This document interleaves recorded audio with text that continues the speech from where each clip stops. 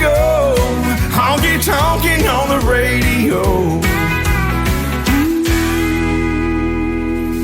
With Big D and Bubba. My goodness.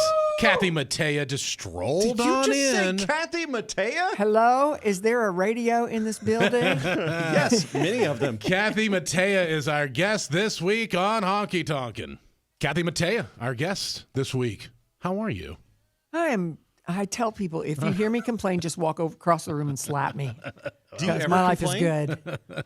Oh, you know, old habits come sometimes, but Yeah. most of the time I'm pretty grateful for my life. Yeah, I'm the same way. I always say it. I'm an 80% full kind of guy. Yeah. I don't understand how people let that negativity in. It sucks. There's a lot of dumb stuff that happens in the world, but you know what? What are you going to do about That's it? right. That's right. Well, exactly. And if I focus on what I can do and putting into the world more of what I want to see and trying to serve the gifts I've been given, I don't have time to worry about the rest of it. Plus, we're mirrors, as you just said. You put the energy and the effort into the world, and that's what you're going to get back. It's true. It's true. hey, talk to us about 18. I'm sorry. 18 Wheels is. It's an iconic song. It's a song that you. I have to tell you. How did this thing roll into your life? Oh, no, I haven't been asked that question in a long time. I also like the way he did that. How did the 18 wheels roll into your life? Get it? See what I did there? Oh, yeah. Glad you pointed that out. I was working with a publisher called Pat Higdon. He was someone that I knew well and very well respected in town. Excuse me. And he had a great stable of writers. And he said to me one day, I send these tapes out to people, just composite tapes of my writers. And I said, put me on that list. So in my mailbox one day comes a cassette. And I put it on. And the third song on it, it was all songs by these two brothers, Paul and Gene Nelson, who write together. And I put it in, and the third song just grabbed me. So I played it for Alan Reynolds, my producer. I said, you got to hear this next one. You got to hear this next one. And he listens. He says, I love that, pal. He called everybody pal. Love that, pal. And I said, yeah, who do you think should do that song? Like, who would you get to do that song? He was like, you. And because it was a trucking song, I thought, in my mind, I cast it as a male, but it's really a love song. It's about a profound, long love. I never thought it would be a guy. And I was like, I get to do this. And I remember it was that kind of thing where you couldn't wait to do it. You couldn't wait for someone to hear it. It was just one of those songs that whatever it is that the rest of the people recognized in it, I recognized in it too. It moved me the same way. Hanging out with Kathy Mattea as our guest this week on the show. I didn't realize that you're quite the tour guide. I hear that you are a Hall of Fame tour guide. Yes. When I moved to Nashville, I was 19, and my friend, my songwriting partner that I moved with, he was over 21, and so you couldn't serve alcohol in Tennessee unless you were 21. Okay. So he got a job at TGI Fridays, but I was too young to be able to wait tables.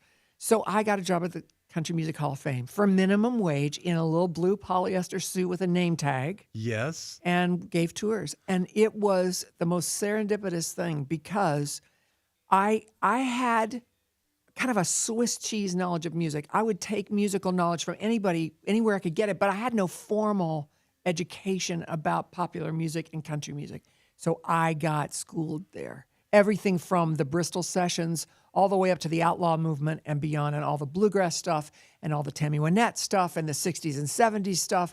And it was, I just remember I would go watch the newsreels on my lunch hour when things were slow. And that was like everything from Jimmy Rogers to Bob Wills. Wow. And I was like a sponge. What a great resource. I was going to say, do you think that helped shape you in your career because you were able to soak up this knowledge? Oh, yeah. Yeah, absolutely. It gave me, I was the kind of kid that my friend's dad had a bluegrass band, and I would jam with him in their living room. When I got into college, it was the whole newgrass movement, so I got into all that. We also listened to everything from Crosby, Stills and Nash to the Wings and Paul McCartney and the Beatles. And so I was this kind of like big melting pot of stuff. But it was my time at the Hall of Fame that turned me into a country music fan. Like when I first realized I really liked Hank Snow, I was like, that is the twangiest stuff I've ever heard, and I can't get enough. And I realized I'd crossed some line. It's an honor to have Kathy Mattea in the studio with us this week. Hey, take us back to, was it 89 and Burning Old Memories? Oh, my gosh, Burning Old Memories. Nobody ever asked about that song. Alan Reynolds wrote that song. We did. He's my mentor, and he was my producer for years. Now he's best known as being Garth Brooks' longtime producer, but this was pre-Garth. He is like a very wise man, and he had written this song years ago, and I just fell in love with it. And we recorded it. He had a studio on Music Row called Jack's Tracks. It's now called Allentown because Garth Brooks bought it from him and renamed it after him. And we were recording this song, and Ray Flack was playing the crazy wild solo at the end. But before we got to that, we were recording, and they were building Reba McEntire's studio and the Starstruck building at the time. Well, everything in Nashville is built on bedrock, so they had to blast to put the footers down.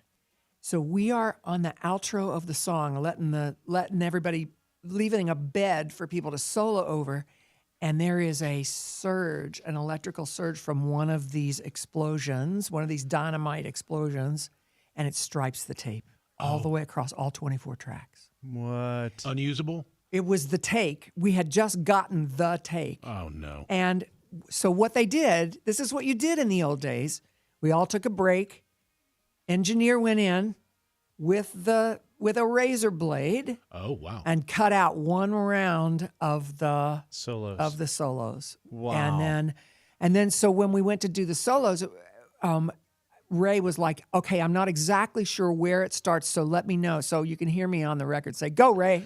And that was his cue to start soloing. Kathy Mattea is hanging out with us this week, and you've had a lot of, not a whole lot.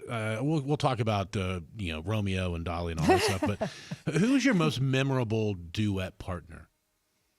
Probably Tim O'Brien. Tim O'Brien's a bluegrasser, songwriter, great musician all around, very well respected, a legend in the bluegrass world.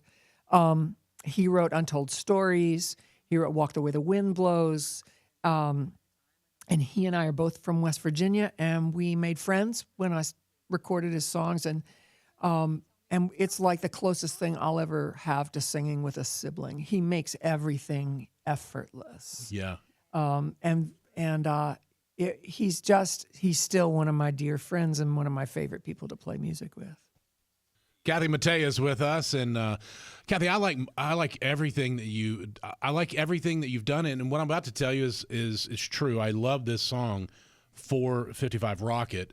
However, I'm not a fan that you diss on the Chevelle. I own a Chevelle, and when I remember hearing it the first time. And I was like, Bubba and I are both car guys. I thought maybe he's the one who told me about it first. He said, have you heard this Kathy Mattea song? Like, oh, this is great. Yeah, and then because you get to in the song, you hear the shifting of the gears by the way just the melody is. Yeah, that's Gillian Welch and Dave Rawlings. They wrote the song. They wrote that into the song, and it's part of the genius of it. Yes. And it's a true story. They were at some dive bar, the Broken Spoke or somewhere, and they were standing in the doorway. It was summer, and they were standing in the doorway with the owner, and a guy in a Chevelle peeled out from the parking lot and laid rubber for like 15 feet. Was his name Big D? and the owner looked at each other and looked at him, and he said, 455 Rocket. And that was the genesis of the song. Kathy Mattea is with us this week. And so, Kathy, I love that you're really kind of a mutt. I am. You have so many influences. It's made it so fun. It's hard to no one can put you in a musical box. It's not always. It's sometimes it's much easier if you're like Alan Jackson is one thing. You know what and you're you going to get. know who he is, and you Yes. know what you're going to get. But I've always been musically restless since I was a kid. It doesn't really matter to me. I love everything, and I can pretty much find anything in any genre to love. And What genre were you listening to today on the way here? On the way here, I was on the phone. I'm sorry. That's all right. Bluegrass is a huge part, though, of your background. Yes. Is that a West Virginia thing, you think? Well, there's a lot of bluegrass and old time in West Virginia, and a lot of it is the way, because a lot of the communities there up in the hills are isolated. People play music together. It's part of the social fabric. Yeah. And then there's people who grew up that way, and as things modernize, they keep it going because they are attached to the generations before through that tradition. Well, yeah, because we all Nostalgia. watched our family members picking on the porch, and Yeah. everybody gets together that way. So you were talking about being into the social fabric. It's where everybody went to talk politics, religion, Yeah. and music. Yeah, in college at WVU, we had friends with a porch that was on the corner, and so there was this banister on the porch, this rail that wasn't like a railing; it was more like a bench. So you could sit in a V, and we had a couch on the porch because everyone has a couch on the porch at West Yeah. Virginia University. So we would get in a circle there, and by 7 or 8 o'clock on a Friday night, you couldn't get through for the crowd in the streets. And the police would come and block off the road so nobody would get hurt. And finally, they just looked at us and said, will you just name yourselves a band and go into one of the bars? Because that's why they're here. And that's how my first band formed. Kathy Mattea, our guest, and you had a number one song with "Come from the Heart." Love this song. Yeah, such a great song, and it's so well done. Other people even did covers of it. Yeah. How did this come about? Okay, so Alan Reynolds had an office on Music Row upstairs from his studio, and he had a listening room in there, and we would go in. He'd have a big stack of tapes, and I'd have a stack of tapes. And when we got a collection of the best songs, we'd get together and play them for each other. And so we are there in a listening session one day, and my then manager, Bob, calls up and he says, I'm coming to see you. I have a song, but you can't have it. It's on hold. And I'm like, okay, whatever. And, he's on Music Row too, so it takes him less than 5 minutes to get there. He comes walking in, plays me Come From the Heart. I'm like, oh, my God. He's like, yeah, it's on hold for Don Williams. And I cussed him 8 ways to Sunday. I was like, you can't let me hear this and tell me I can't have it. Right. So then Don let the hold off. And I called him, was like, I'm putting it on hold. Well, then Don put it back on hold. And because of the way this town is, and people honor people's history, and they're like, technically, I should have had the hold. But because It's respect. it's a respect thing. And Plus, it's Don Williams. it's Don Williams. And so I understood that. And it's part of what is very sweet to me about the town I got to grow up in here. So he put it on hold, and I made my record, and I waited for his record to come out.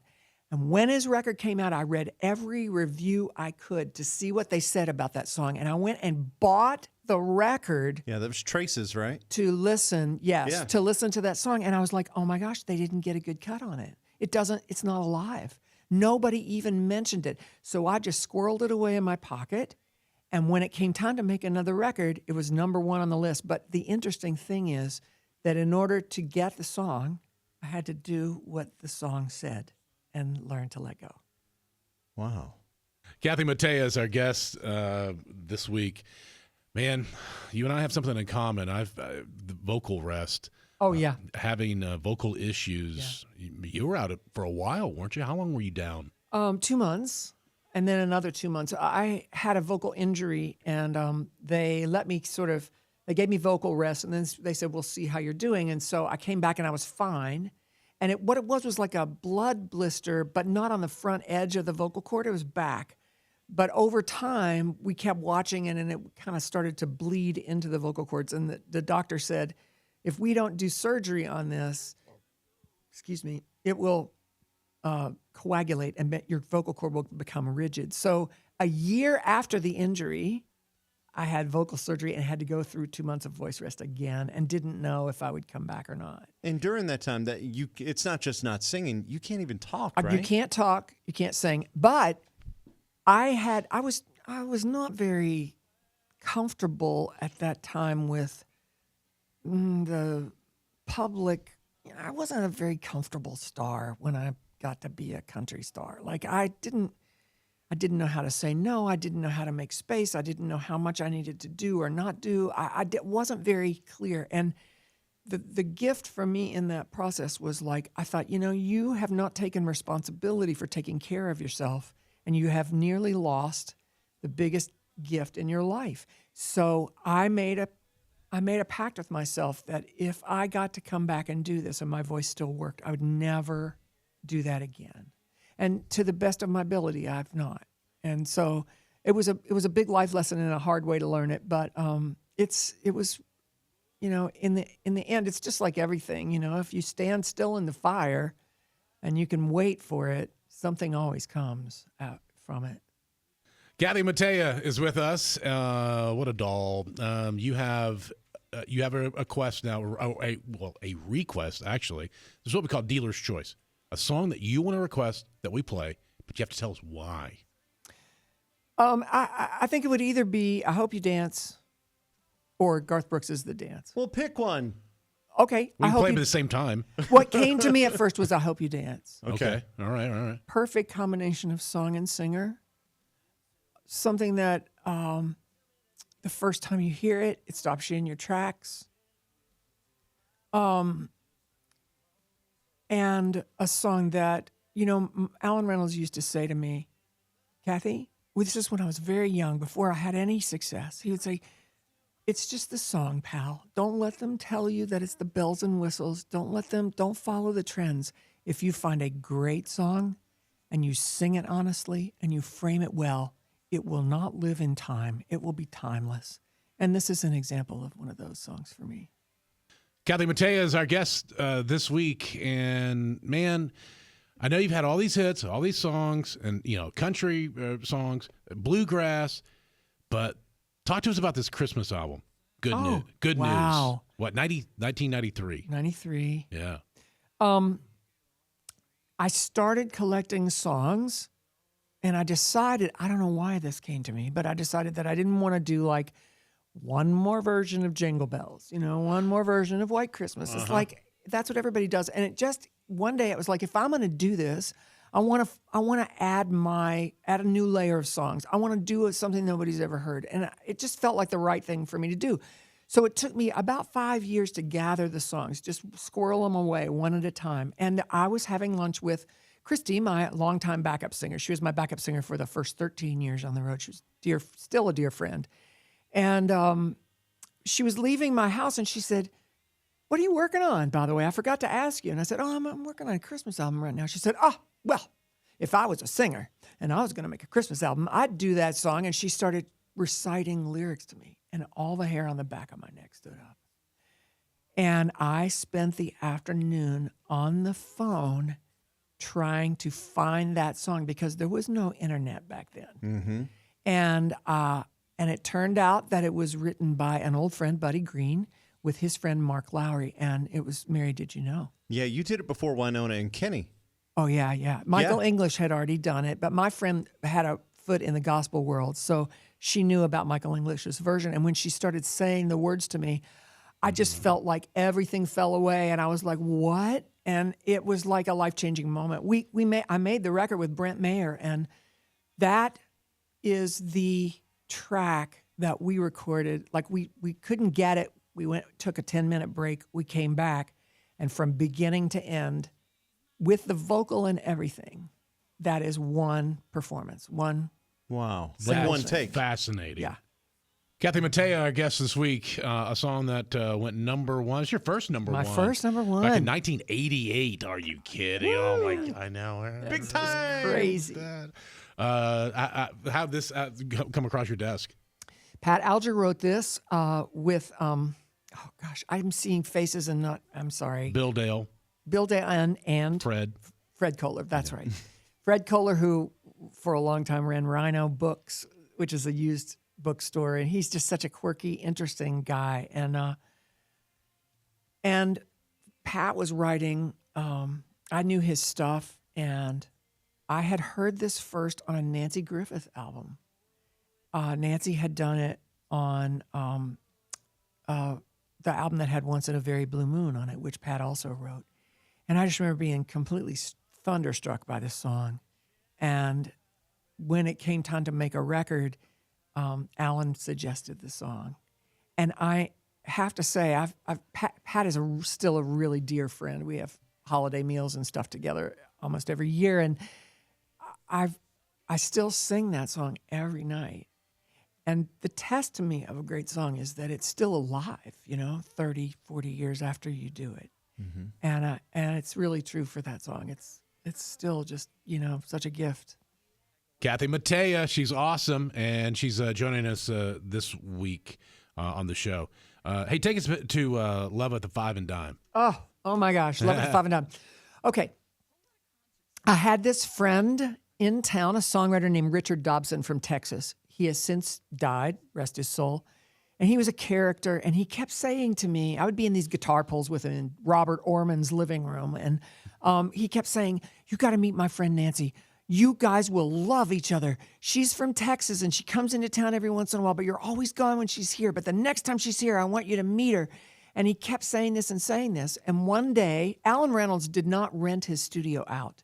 He just kept it for his own projects. And one day, I came walking in for my regular afternoon session with the guru, and the door was closed into the studio. And I said, hey, who's in there working today? He said, oh, Rooney's doing a record on Nancy Griffith. I was like, Nancy Griffith? Nancy Griffith is in there? And so I crashed her session, and they were recording her version of Love with the Five and Dime. What? And I waited until, they were in a playback mode, and I just came bursting through the door, and I was like, it's me, it's you, Richard, we're supposed to meet. You're the Nancy. And the next thing I know, I am in a listening session with Alan, and he said, this is an unusual song, but I think you should hear it. He played it for me. I'm like, I know this song. This is the song Nancy was doing the day I met her. And I love this song, and we did it. I never thought it would be a hit. And it was just like I could not quite make my wheels get over the top, and that thing just floated up the charts. And I got nominated for Grammy, and Nancy got nominated for the album that had her version on it in the folk category, and we sat next to each other at the Grammys. Oh, how cool. Kathy Mattea, you know her as a singer and stage dancer. No, Stage dancer. Stage dancer. I don't know. No one says that. Yes, I did a stint with Beyonce. Not many people know that. I was one of her backup dancers. That's how we don't she talk won. about it much. That's right. But you're also an actress.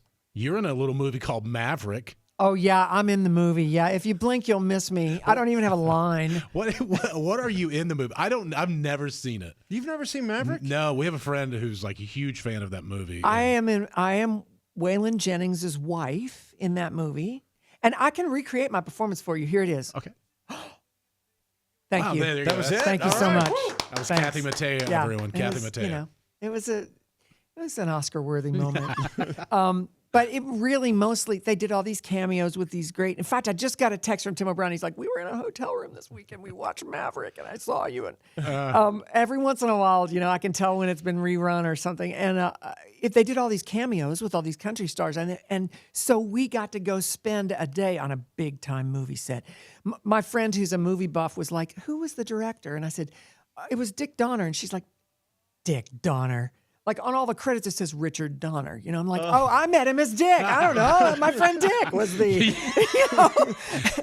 You're not in the know. And there's Jodie Foster, and it was just James Garner. It was Mel James Garner. Gibson. Okay, so Mel Gibson, yeah. Mel Gibson. James Garner is the sweetest thing, and I knew his daughter who used to live here in town.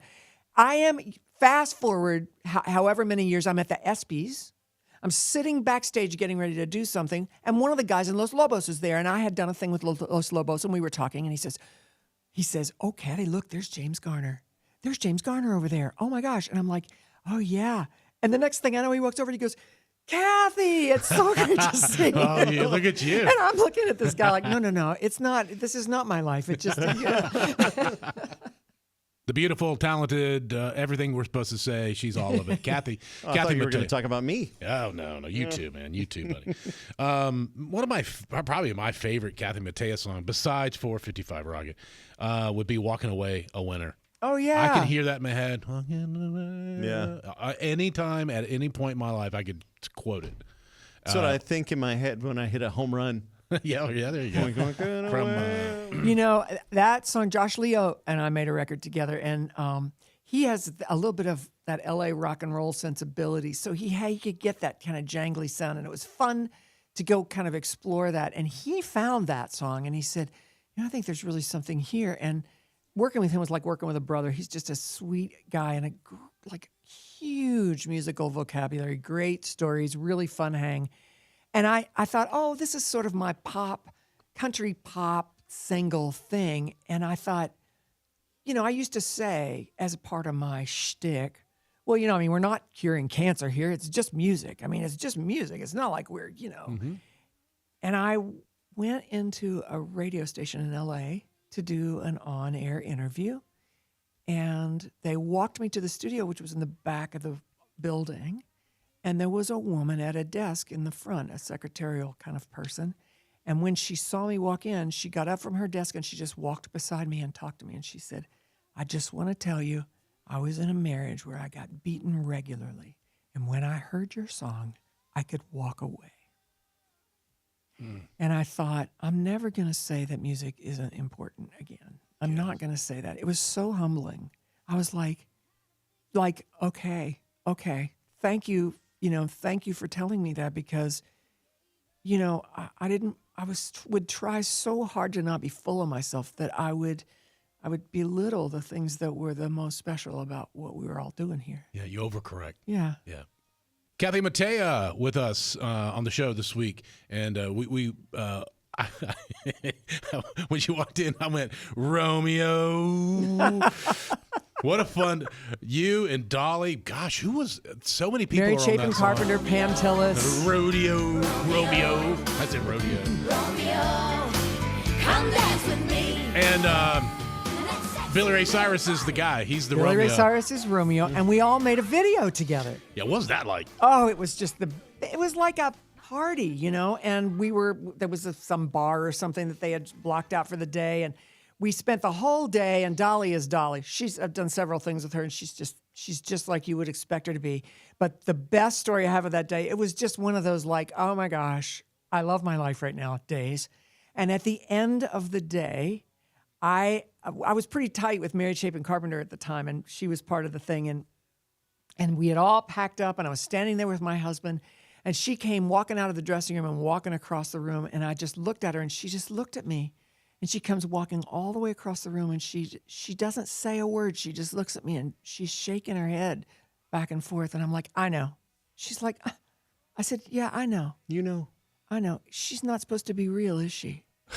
And it's the weirdest thing when you finally meet her and you know exactly what she looks like, only there she is in human form.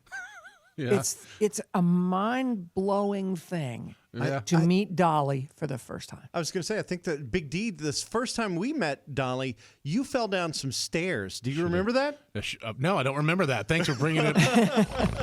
I don't doubt it. She told me, she's walking down the hall and she goes, Big D, yeah, well, why don't you come meet Big Double D? And I was like, there it is. Of course, it's a great line. Well, also, she is so much larger than life, and she's created such a character for herself, but she's underneath it, she's so real. And both things are true at the same time, and that's part of it. Yeah. It's like I said to her one time, I was doing a different thing with her, and I came into the bathroom, and her dresser was like making sure everything was tucked in after she had taken a break, and I was coming in, she was going out. I said, you ever sorry that you did that? I mean, you have to go full regalia every time you step out the door. And she was like, oh no, I just thought, this is what a country person would think dressing up was. And I thought, I asked the question of the person behind the thing, and she answered me.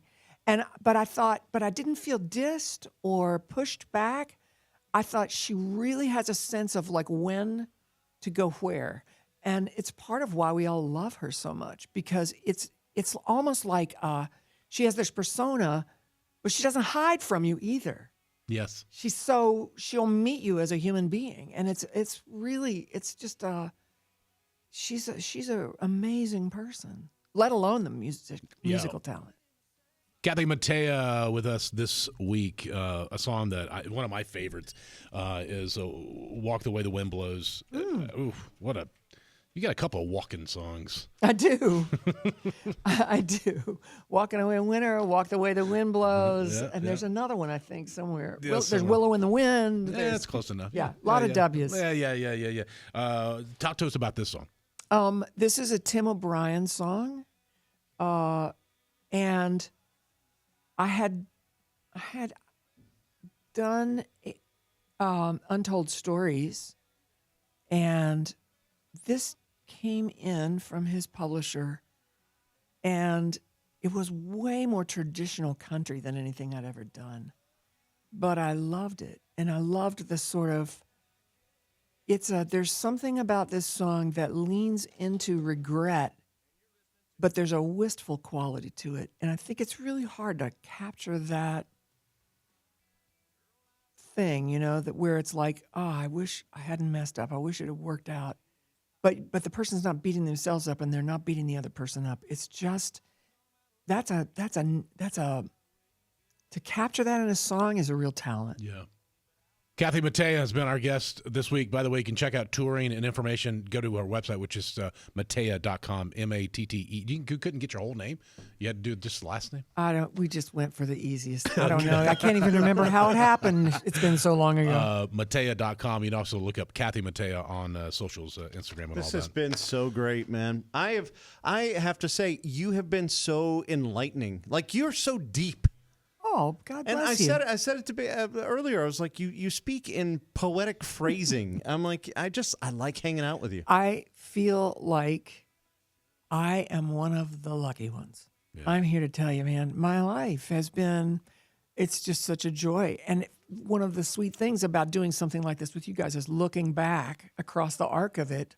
And so, yeah, maybe that's what you're feeling. Because I really do feel so. I still sing. I host an NPR show that stewards other people's live music. I still am. I get to be steeped in music still like a tea bag, and it's the best. It's all I ever wanted when I was young. Well, you're one of the greats, and it's a pleasure. Thank you, the one and only Kathy Mattea. With Big D and Bubba.